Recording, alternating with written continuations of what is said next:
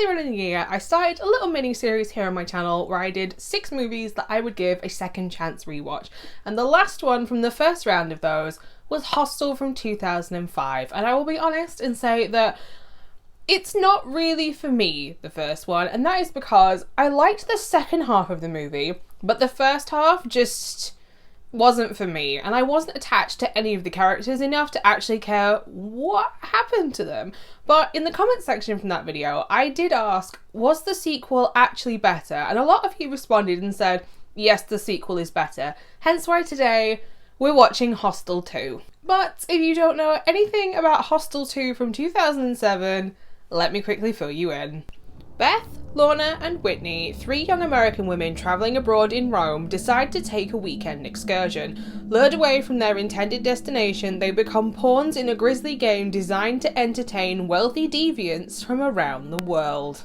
If you're new here, I go by Hordes and I talk about all things horror here on my channel on Mondays and Fridays, but as always when it comes to watching movies here on my channel, I am now going to go and watch Hostel Part 2 off camera, so that way if you too haven't watched this movie and you would still like to watch it, nothing will be spoilt for you, because nobody wants to watch a movie you've just watched somebody else watch from start to finish, because you then know exactly how the movie is going to go. So, no spoilers. Why is he here? Oh goody, Paxton's back. Luckily it was short-lived because I could not care less about him. Same with the feral children, who are also back. I actually prefer the opening for Hostel 2 over the original. I think that the characters, while equally two-dimensional, are a lot more likeable. So when things start to develop in the plot, you're a bit like, aw, they kind of don't deserve this. Whereas the original 3, one of them in particular, I was like, no, you can have him. You can absolutely have him. Now, I was more surprised that I knew more of the cast in this one. For example, Roger Bart is the gay best friend Roger in the Stepford Wives remake with Nicole Kidman and Bette Midler.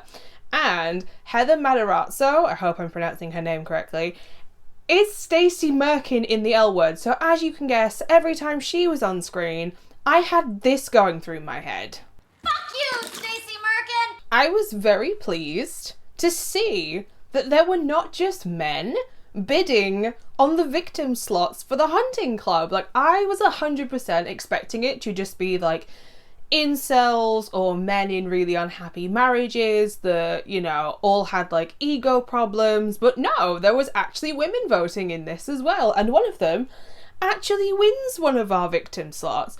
And it is the best death in the entire movie, in my opinion. Like, the fact that it's gone for the whole let me bathe in my victim's blood for rejuvenation purposes is great, because how many women in history have we known to bathe in the blood of their victims to keep them looking young and beautiful? Like, I love that. I do, though, have mixed feelings about following the 2 American guys that have won one of the bidding slots in this, for the simple reason of, I hate, personal pet peeve of mine, in slasher movies or splatter movies, or horror movies in general, like, I'm gonna name a franchise that does this in a minute, that tries to garner empathy for killers in things, and that is what Hostel tries to do. My exception that I will make, though, is John Kramer in the Saw movies, because by God, that guy has gone through absolutely everything. But they tried to do this with Leatherface, and I'm like, why are we trying to make me feel empathy for somebody that doesn't deserve empathy? And that is what happens with both of these guys in this. Like, obviously, one goes one way and one goes the other in terms of trying to gain empathy. But stop trying to make me feel sorry for somebody that paid to kill somebody in a foreign country because they're unhappy in their marriage or they're trying to get their jollies off in some kind of way. It's not happening. Stop it! There is one big thing, though, going against the plot of Hostel 2, and that is, from the second Lorna died, I was bored. With the exception of possibly what happens to Stuart, but I was really bored in this, and I was waiting for things to happen. Like, there is a tiny section of film in this that I was more intrigued by, and that is, in the killing corridor, you get a little glimpse into some of the other rooms where you see what is happening to other victims and what people have paid for. And everything in those rooms has been like tailored to that client's needs and requirements, and then you see the rooms for Whitney and Beth and they are the most generic brand sort of rooms that you could, like, no thought went into those two. They are so generic, and I wish that a little bit more thought had gone into those two rooms, because you're focusing on two victims that you followed up to that point, as goes into the cannibal room and to the electric room. I do think though that the ending of this movie is better, and what happens with the final girl is better. I mean, we're talking about a movie where money can basically buy you anything, so it would make sense that the ending of this movie, how it goes down, was a possibility. Like, did I need the final scene with the feral children? No, I'd have been happy to cut that final like 10-15 seconds out, but I quite like the ending of this one. Money, money, money, money, money, money. Do I think that switching the 3 male victims from the first movie for 3 female victims in the second movie makes a difference? Well, yes and no, because in this one you do actually see that there are more victims, like in the first movie, that are any gender. Like, the hunting club doesn't discriminate. As long as you are a country that they can charge for your death for, welcome to the hunting club. And I think that this is beneficial. Now, switching the 3 victims to female does open certain avenues that I am very grateful to say that they didn't go down, because this movie is designed to push buttons anyway, and I think had they decided, fuck it, let's go down the exploitation route as well, I would have hated this movie, and thankfully they didn't.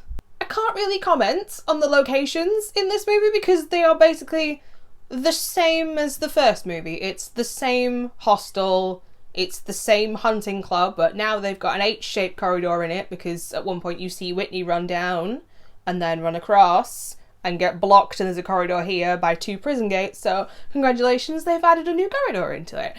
But the gore I can comment on, because while it still goes for a pet peeve of mine, which is, let's show you the lead up and then we'll cut away, and then let's come back and show you the aftermath.